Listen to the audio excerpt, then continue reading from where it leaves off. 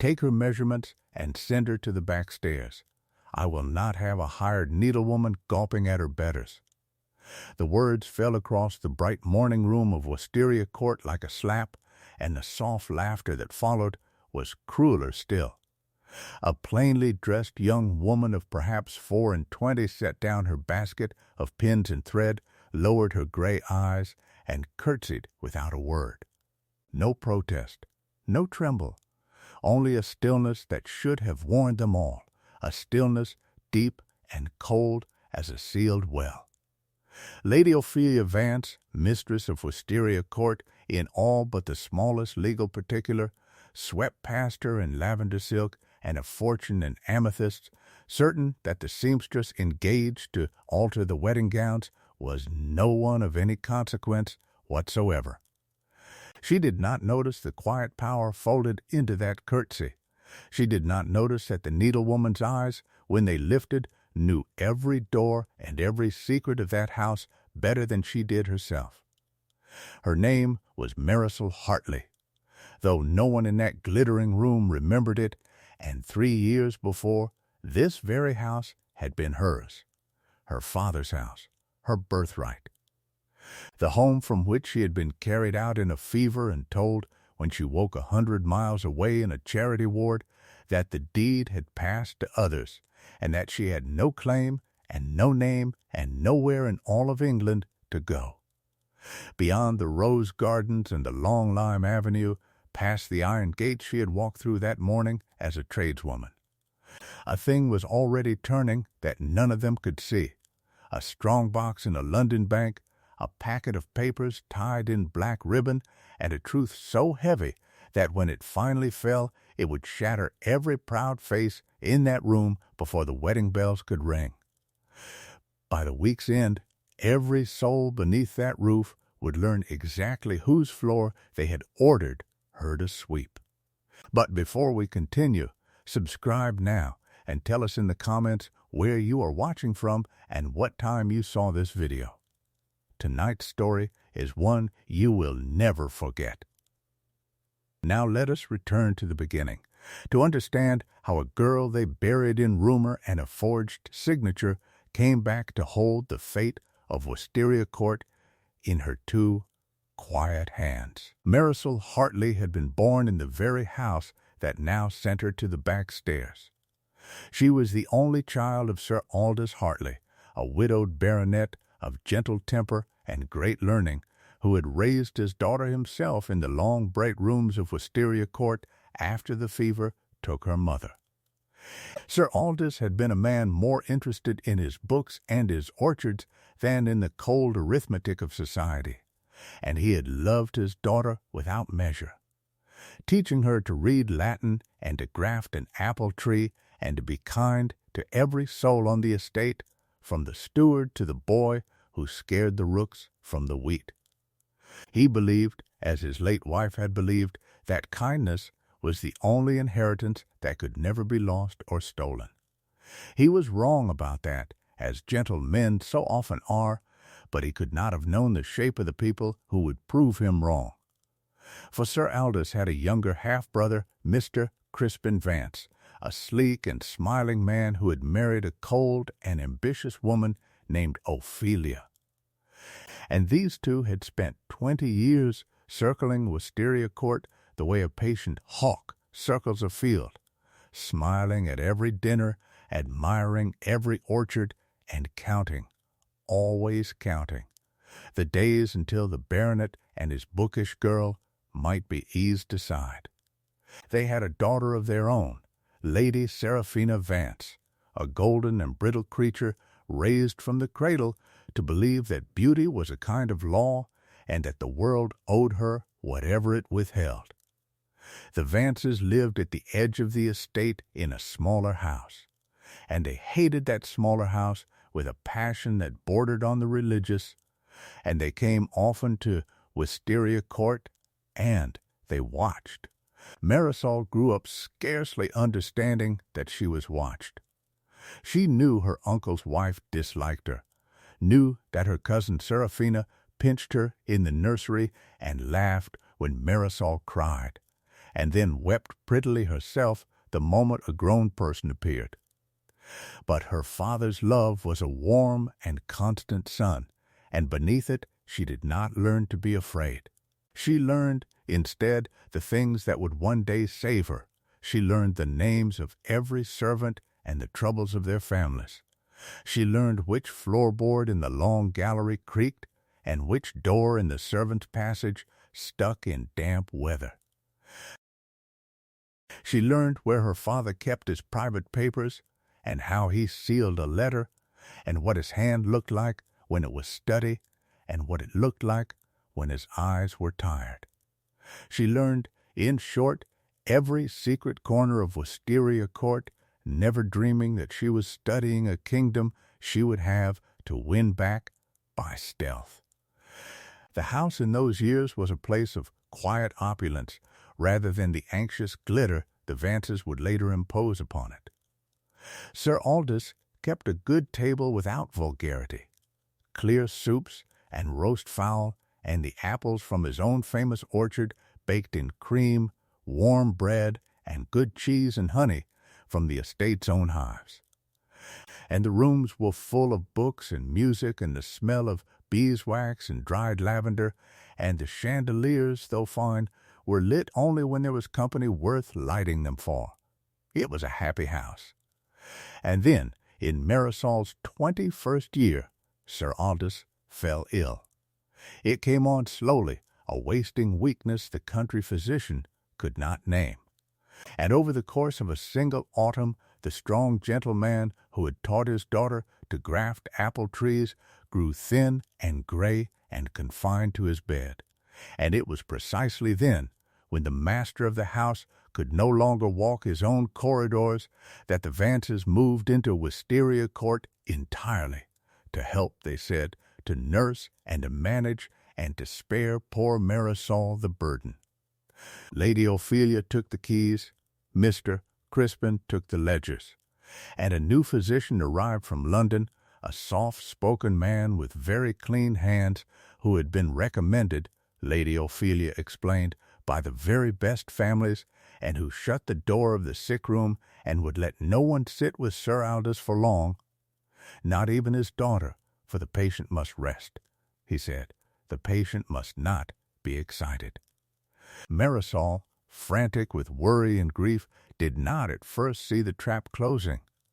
She saw only that her father was slipping away, and that her aunt's smiles had grown wide and frequent, and that her cousin Seraphina had begun, even before the baronet was cold, to walk through the rooms of Wisteria Court with the proprietary air of a woman choosing wallpaper. It was the steward who first whispered to her that something was wrong.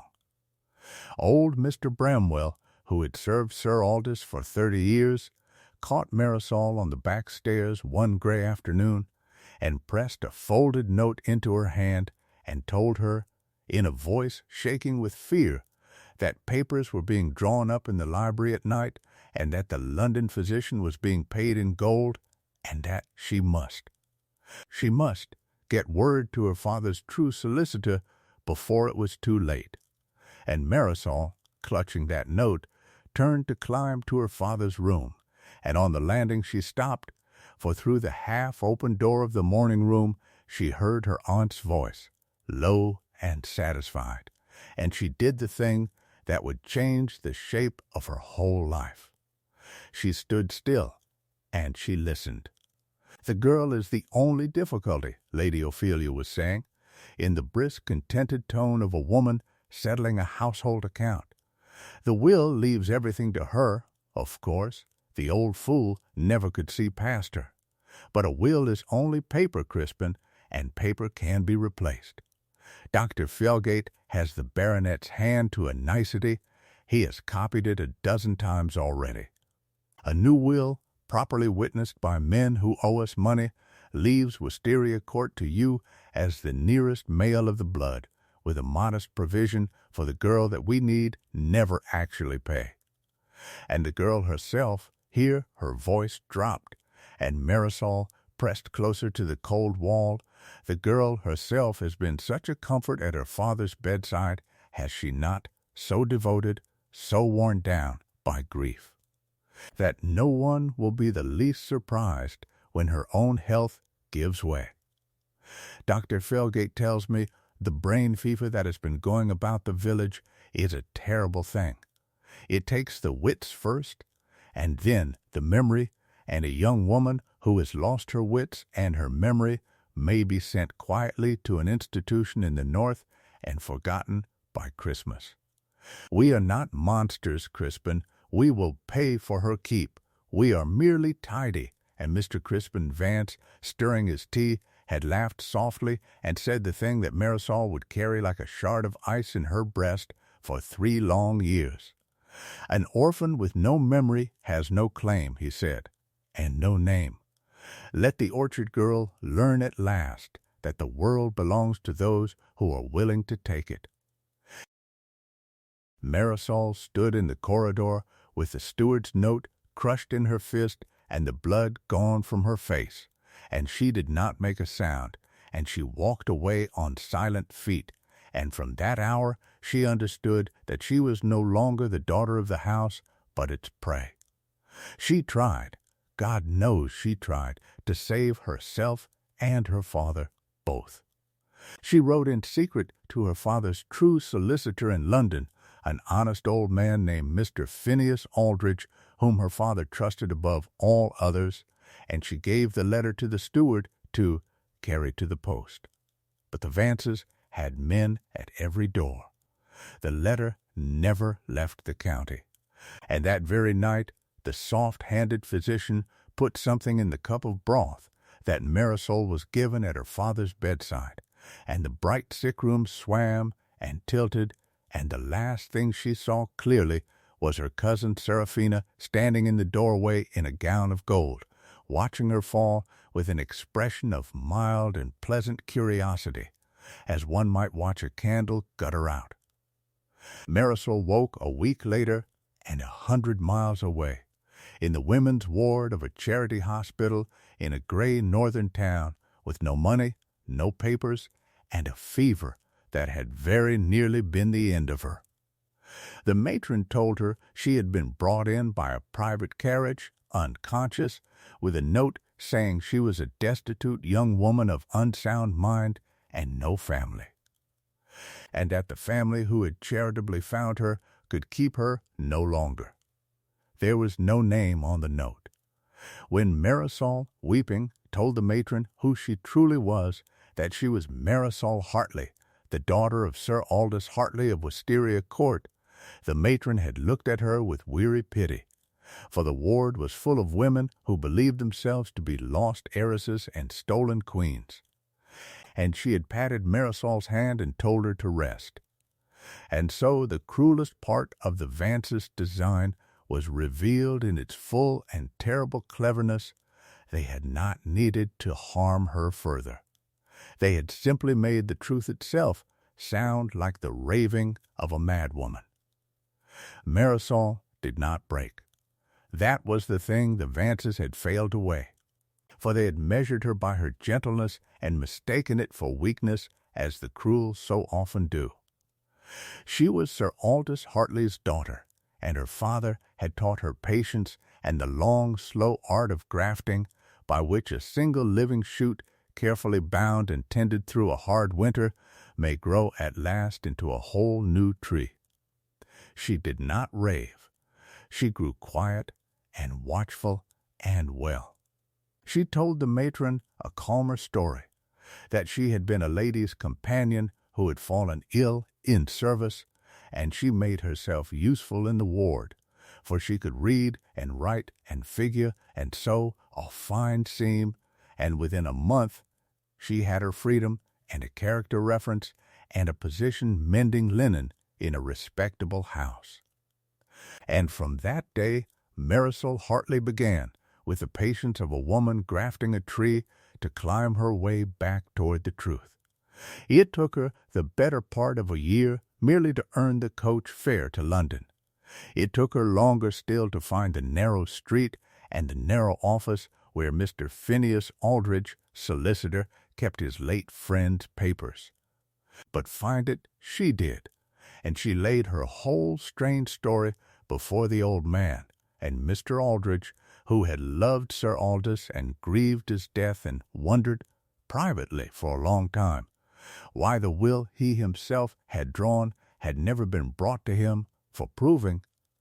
Mr. Aldrich listened with his spectacles low on his nose and his hands very still, and when she had finished, he rose and unlocked an iron strong-box set into the wall, and drew out a packet of documents tied in black ribbon, and what he told her changed the shape of the world. Sir Aldous Hartley had been a gentle man, but he had not been a careless one, and in the last clear months before his illness clouded everything, some instinct had moved him to set his affairs in perfect order. The true will, the real one, witnessed and sealed and lodged with Mr. Aldrich in London where no forger could reach it, left the whole of Wisteria Court, its lands, its orchards, and every shilling of its considerable fortune, to his daughter Marisol, with not one penny and not 1 acre to his half-brother Crispin. And there was more, for Sir Aldous had foreseen dimly the shape of the danger that smiled at his table. He had written in his own clear hand a letter to be opened only by his solicitor, naming his fear that his brother's family meant his daughter ill, and instructing that should anything befall her Misty, Aldrich was to spare no effort and no expense to find her and to defend her claim. The document the Vances had drawn up and proved in the county court was a forgery, and a forgery has no power against the true will when that will is brought to light. Wisteria Court had never lawfully been theirs at all. They were not its owners. They were trespassers living on stolen ground, and every feast they spread and every silk they bought had been paid for out of a fortune that belonged entirely and unanswerably to the orchard girl they had thrown into the rain. Marisol sat in that narrow office with the black ribbon across her lap, and she did not weep, and she did not gloat. She thought of her father, who had loved her enough to protect her even from beyond the grave. And she made a single quiet decision. She would not charge in shouting with the law at her back, for the Vances were clever and well connected. And a forged will once proved in court is a slow and treacherous thing to overturn unless one can show beyond doubt the hand that forged it. She needed proof of the forgery itself, the bribed physician's own confession, the forger's pen, and she needed the county to see with its own eyes exactly who the Vances were. So she would wait. She would let Mr. Aldrich gather his case quietly in London, and she would go back to Wisteria Court herself, unrecognized and unremarked, to find the last piece of proof and to look one final time into the faces of the people who had buried her alive. Some debts, she had learned, grow heavier the longer they are left unpaid. The chance came dressed as a wedding. Word reached London, as such word does, that Wisteria Court was to host the grandest celebration the county had seen in a generation, for Lady Seraphina Vance was to be married to a wealthy young lord named Viscount Ashby, a vain and shallow man with a great fortune and a smaller wit, who knew the Vances only as the gracious and ancient family of Wisteria Court, and had no notion that the bride he courted had been raised on stolen ground. Lady Ophelia, scenting at last the full social triumph she had schemed 20 years to seize, threw open the house and sent to London for everything money could buy, and among the letters that went out was one to a respectable agency requesting a skilled needlewoman to come and alter the wedding gowns and the trousseau in the final weeks before the great day. Marisol, through a friend, Mr. Aldrich trusted, arranged that she should be the needlewoman sent. And so, 3 years after she had been carried unconscious out of her own front door, Marisol Hartley walked back through the iron gates of Wisteria Court in a plain gray dress with a basket of pins and thread upon her arm, her hair dressed plainly beneath a modest cap, her name given as Miss Marsh. And not a soul in that house knew her. 3 years of grief and labor had changed her, and the Vances had never truly looked at her even when she was their kin. Now they looked through her entirely, as the comfortable always look through those who serve them. It was in this way that Marisol came to be standing in the morning room of her own house on a bright morning, being told to take her measurements and go to the back stairs, and we have, at last, returned to where this story began. But now you know what they did not. Now you know whose orchards bloomed beyond the windows. Lady Ophelia turned from her, satisfied, and Marisol gathered her basket and went quietly to the back stairs, and over the days that followed she did the thing she had come to do. She made herself invisible, and she listened. She fitted Lady Seraphina's gowns and bore the girl's careless cruelty without a flicker. For Seraphina, grown into a hard and glittering woman of 23, treated the seamstress exactly as she had once treated the cousin she did not recognize, pinching and complaining, and once flinging a half-finished sleeve in Marisol's face because the lace displeased her. Marisol picked it up and curtsied and went on with her work, and she watched and she remembered. She found old friends among the servants, though they did not know her. She found Mr. Bramwell, the steward, grown stooped and frightened and gray, kept on out of the Vance's wish to seem to honor the old household, but ground down to a shadow of the man who had once pressed a warning note into her hand. And she found, in the scullery weeping over a basket of mending she had been beaten for spoiling, a thin, frightened kitchen girl of perhaps 13 named Daisy, with chapped hands and a bruise upon her cheek, who had been told that the cost of the spoiled linen would be taken from the wages her widowed mother depended upon. Marisol sat down beside her on the cold scullery step in her plain gray dress and dried the child's tears, and quietly mended the spoiled linen herself with her own fine needle so that no one would ever know, and pressed a coin into the girl's hand and told her that no spoiled napkin was worth a single tear. Daisy looked up at the strange, kind seamstress as though she had seen an angel, and she never forgot it. Servants remember such things long after their betters have forgotten how to be cruel and remembered how to be afraid. And it was through her invisibility that Marisol gathered, at last, the final proof she had come for. Late one evening, carrying a finished gown to be hung in the dressing-room that adjoined Lady Ophelia's chamber, she heard voices behind the library door and the unmistakable name of Dr. Felgate, and she set down the gown and stood very still in the dark passage and listened, as she had once listened 3 years before. Inside, Lady Ophelia and Mr. Crispin were speaking with a third voice, soft and clean, that Marisol knew at once, though she had heard it only in Fever, the London physician, come up from town for the wedding and grown nervous. "I tell you the matter is not as buried as you believe," the doctor was saying, his voice tight. "There has been a man in London making inquiries, asking after the old will, asking after the girl.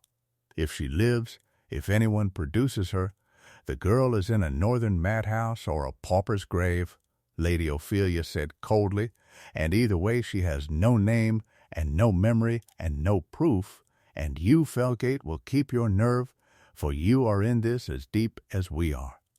You forged the hand. You signed the certificate that called a healthy woman mad. If we hang, you hang first. There was a silence, and then Mr. Crispin's smooth voice, soothing and terrible.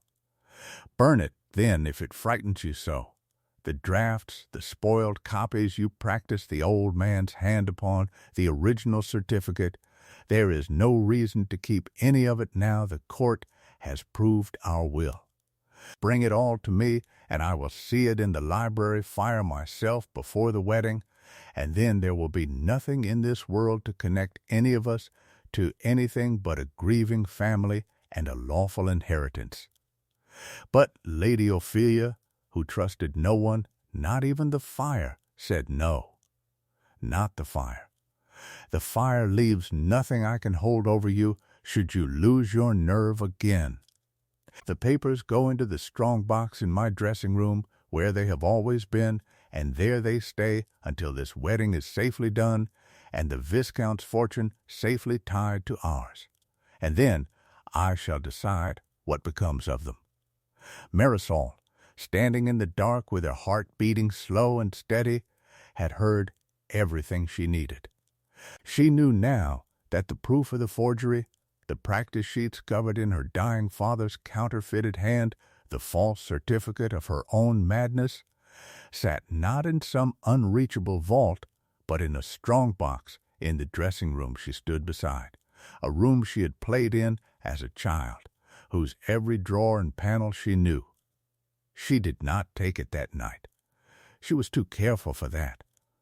She sent word instead by a trusted carrier to Mr. Aldridge in London, and the old solicitor set the last wheels turning, and Marisol bound up the living shoot of her patience and tended it through the final cold days, and waited for the wedding. The day of the betrothal feast dawned bright and golden, the eve of the wedding itself. And Wisteria Court blazed as it had never blazed in the gentle days of Sir Aldous. Lady Ophelia had spent without counting. The great dining hall was laid for 80 guests beneath chandeliers ablaze with 1,000 candles. The long table groaning under silver tureens and crystal, roast pheasant and glazed venison, buttered asparagus and saffron rice, clear consomme and warm rolls and chilled fruit creams, great pink hams studded with cloves and marzipan sculptures and towering arrangements of hothouse roses, decanters of port and claret ranged like soldiers along the sideboard. The cream of the county came in their jewel-toned silks, and Viscount Ashby came in his finest coat, and Lady Seraphina shone at the head of the table in white and gold, and Lady Ophelia in lavender silk and amethysts surveyed her stolen kingdom and found it good. It was late in the feast, when the guests were warm with wine and the candlelight, that Lady Ophelia's eye fell upon the seamstress, who had been kept near the door in case any gown should need a swift repair, and a cruel whim seized her, for cruelty in that woman was never far from the surface, and the wine had brought it close. "You there, Miss Marsh." Her voice rang down the hall, and the laughter and chatter stilled, and faces turned. "Do not lurk by the wall like a thief. Come here. The company should see what a fine needlewoman 30 pounds will buy these days." Marisol came forward, her gray eyes lowered, her hands folded, and stood before the head of the table where her father had once carved the Sunday fowl.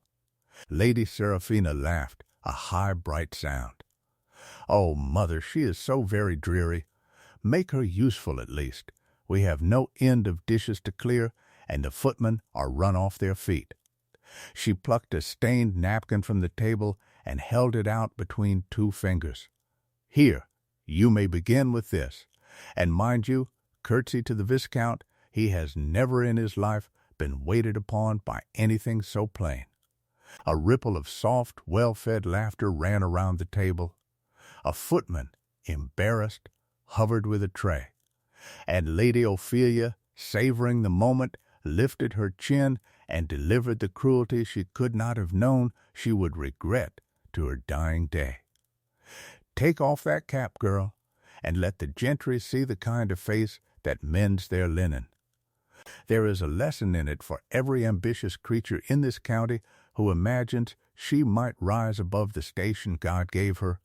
Blood will tell. It always tells. A scullery face is a scullery face, dress it how you will. And she leaned back, well pleased, and the hall waited, smiling, for the dreary seamstress to take the dirty napkin and curtsy and shuffle away. Marisol looked at the napkin. She looked at the apron-faced footman and the laughing guests, and the bride in white and the Viscount smirking into his glass. And she looked, at last and full in the face, at her Aunt Ophelia, who had poisoned her father and forged his hand and called her mad and stolen everything that she was. And she did not take the napkin.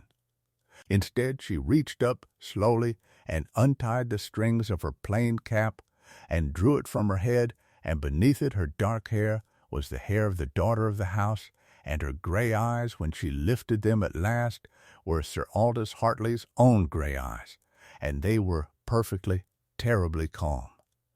"You should be more careful, Aunt," she said softly, into the dying laughter. "How you speak to the woman who owns the floor you are standing on." For a heartbeat the hall did not understand. The laughter rattled on, uncertain, and then Lady Ophelia's face, which had begun to smile, began instead to change. For there is a face beneath every face, and 3 years fell away. And she saw, standing before her in a servant's gray, the niece she had carried unconscious from this house and consigned to a charity ward to die. The color drained from her cheeks by slow degrees until the rouge stood out stark against gray skin. "It is not possible," she whispered. "You are dead." "You were mad," Marisol finished for her, quietly, dead or mad or forgotten in the north. Yes, that was the plan. I have read it, Aunt, in a letter you do not know exists. But I am none of those things. I am Marisol Hartley, the daughter of Sir Aldous Hartley, born in the room above your head, and this is my father's house. Lady Seraphina had risen halfway from her chair, her mouth open. Mr. Crispin Vance had gone the color of ash. The Viscount looked from face to face in bewildered alarm. And it was then, into that ringing silence, that the great doors at the end of the hall swung wide and the cold night air swept in, and through it came the measured tread of boots upon the marble. A tall, severe old gentleman in a dark formal coat crossed the threshold, his spectacles glinting, a locked dispatch box carried by a clerk at his side, and behind him, grave and unhurried, came the county magistrate himself in his chain of office, and 2 constables, and last of all old Mr. Bramwell the steward, walking upright for the first time in 3 years. Miss Phineas Aldrich, solicitor, walked the length of that frozen hall, past the gaping guests, past the stricken family, and he stopped before Marisol, and he bowed, deeply, formally, from the waist. The bow a man gives only to those who command. "Miss Hartley," he said, and his dry, old voice carried into every corner of that vast room. "Forgive my lateness. We waited only upon the magistrate, who wished to hear the matter for himself." He turned then to face the room, and he opened the dispatch box and drew out a document sealed in red wax. "I am Phineas Aldrich, of Aldrich and Crew, solicitors of London. For 40 years I held the private affairs of the late Sir Aldous Hartley, and it falls to me to make certain matters known to this company. And I shall be brief, for the law requires few words when it is sure of its ground. This is the last true will and testament of Sir Aldous Hartley, witnessed by my own hand and lodged in my keeping these 4 years past. It leaves the whole of Wisteria Court and all its estate to his daughter, Miss Marisol Hartley, and to no other living soul. A sound went through the crowd, a single indrawn breath of 80 people at once. "But that is a forgery, mister," Crispin cried, finding his voice at last, his smooth manner cracking. "The will was proved in the county court 2 years since. This house is mine by law. That woman is an impostor, a madwoman, a servant. The will proved in the county court," said Mr. Aldridge mildly, "was the forgery, sir, and we are this night prepared to prove it so. Dr. Felgate," and here a soft-handed man near the door went white and made as if to flee. Only to find a constable's hand upon his shoulder, Dr. Felgate, faced with a charge of forgery and of falsely certifying a sane woman as mad, both of which are hanging matters, has this afternoon, in the presence of the magistrate, made a full and signed confession. The clean-handed physician sagged in the constable's grip and did not deny it, and then Marisol Hartley moved at last.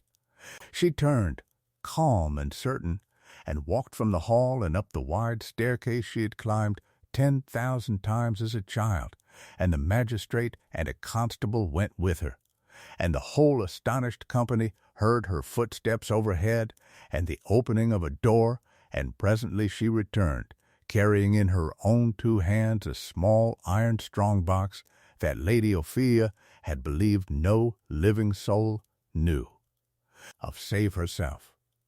She set it upon the feast table among the silver and the roses, and Mr. Aldridge produced the key the confessing doctor had surrendered, and the box was opened before the eyes of the whole county, and out came the proof, sheet upon sheet of paper, covered in the patient, treacherous practice of a dying man's stolen signature. Sir Aldous Hartley's own gentle hand, counterfeited over and over until it was perfect, and beneath them the false certificate, signed by Dr. Felgate, declaring a healthy young woman of 21 to be of unsound mind and fit only for confinement. The magistrate lifted the papers one by one, and his face grew hard as flint.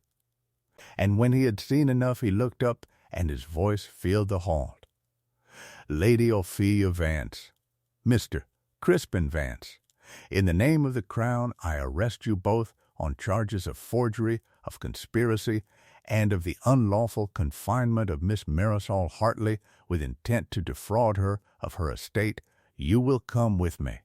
The reckoning, when it came, was not delivered by Marisol's hand. She had no need to lift it. The world she had so quietly arranged simply closed upon the Vances like a fist. The betrothal collapsed before the candles had burned an inch lower, for Viscount Ashby, discovering in a single evening that his bride was the penniless daughter of common forgers and felons rather than the heiress of an ancient house, rose from the table the color of curdled milk, made his stiff and stammering apologies to the room at large, and was gone into the night before the constables had finished with the handcuffs. Lady Seraphina, stripped in 1 hour of her wedding, her fortune, her name, and her future, sank into her chair and wept the furious tears of a woman who has never in her life been told no, and found that no one in all that glittering company, who had flattered her so lavishly an hour before, would so much as meet her eye. Within the month, the trial filled the society pages of 3 counties. The name of Vance, which Lady Ophelia had schemed 20 years to gild with the gold of Wisteria Court, became a byword for the basest sort of treachery, and the gossips repeated over their own teacups the delicious and terrible tale of the heiress who had come home as a seamstress and been ordered to clear the dishes from her own table. Mr. Crispin and Lady Ophelia Vance were convicted upon the doctor's confession and the evidence of their own hands, and they were stripped of every borrowed feather and sent to answer for what they had done. and Dr. Felgate with them. The smaller house at the edge of the estate, the house the Vances had hated so, was let to a respectable tenant and the disgraced Seraphina. Having nowhere else to go, and no skill in all the world but cruelty, was reduced at last to the very station she had so despised. But that is not where the story ends, for this is a tale of grace as much as of justice, and the heart of it was never revenge. When the long winter of the trial was past, and Wisteria Court was Marisol's in truth as well as in law. She did not strip the house bare, nor turn out the innocent with the guilty. She summoned the household staff into the great hall, the footmen and the cooks, the gardeners and the maids who had served in fear for so long, and she told them their wages were restored and their places secure, and that no one in her house would ever again be spoken to as she herself had been spoken to upon that threshold. She found old Mr. Bramwell the steward, and took his trembling hands in hers, and thanked him before the whole company for the warning note he had pressed upon her 3 years before, and she gave him a warm cottage, and a boy to do the lifting, and a place at her own fireside whenever he wished it. And she found the thin, frightened kitchen girl from the scullery, little Daisy of the chapped hands and the bruised cheek, and she lifted her out of the scullery entirely, and set her to learn her letters in the schoolroom where Marisol herself had once been taught, so that the first kindness Marisol had shown upon her return came back, at the last, to bloom in a child's whole changed life. The orchards her father had loved she tended with her own hands, grafting the old trees and planting new, and in the autumn she threw the gates of Wisteria Court wide, and gave the fruit of them freely to every family on the estate, and every poor household in the village, as Sir Aldous had done before her. As for her cousin Seraphina, there came an evening near the end of that hard year, when a thin and shabby young woman, who had once shone in white and gold at the head of that very table, came to the gates of Wisteria Court with nowhere else in all the county that would take her in, the Vance fortune gone, her parents disgraced, her beauty worth nothing now that there was no money behind it. The servants would have turned her away, and none would have blamed them. Marisol did not. She had the shivering woman brought into the warm drawing-room by the fire, and she sat with her, and with her own hand she poured a cup of tea and set a plate of warm bread and her father's own orchard apples before the cousin who had watched her, poisoned, and smiled. Seraphina looked up at her in trembling, disbelieving silence. "I do not do this because you deserve it," Marisol said gently. "I do it because it is what my father would have done, and because I will not let what you did to me teach me to be what you are. You may stay in the gatehouse through the winter. You will not want for food nor fire. But you will earn your bread honestly for the first time in your life, and you will never again call this house yours, for it never was." And Seraphina Vance, who had no fortune left, and no beauty that anyone would pay for, and no proud name to hide behind, bowed her golden head over the simple cup of tea, and wept the first honest tears she had ever shed. In the years that followed, Wisteria Court grew warm and bright again, as it had been in the gentle days of Sir Aldous, full of books and music, and the smell of beeswax and apple blossom, and the county that had once laughed at the dreary seamstress came in time to speak the name of Marisol Hartley with a quiet reverence. For there was no door in that part of England that the mistress of Wisteria Court would not open to a struggling family, no child she would not see schooled, no honest grief she would not sit beside. And on soft evenings when the candles were lit and the old hall glowed warm and gold, she would sometimes walk down the long lime avenue to the iron gates. The gates through which she had once been carried out a poisoned prisoner, and through which she had walked back in a borrowed gray dress with a basket of pins, and she would think of her father, who had loved her enough to protect her from beyond the grave, and she would smile. For pride may wear amethysts and forge an honest man's name and call a healthy girl mad to steal her birthright. But forged gold tarnishes, and stolen houses do not stay stolen, and a lie, however cleverly it is written, cannot in the end outlast a single living truth. Real worth was never found in beauty, in fortune, or in a borrowed name, but in patience, in mercy, and in the quiet strength of a heart that endures. If you enjoyed this story, make sure you subscribe and turn on notifications so you never miss our next royal drama. Tell us in the comments, did Lady Ophelia and her daughter deserve the mercy of that warm fire and that cup of tea, or had they earned every cold thing that was coming to them?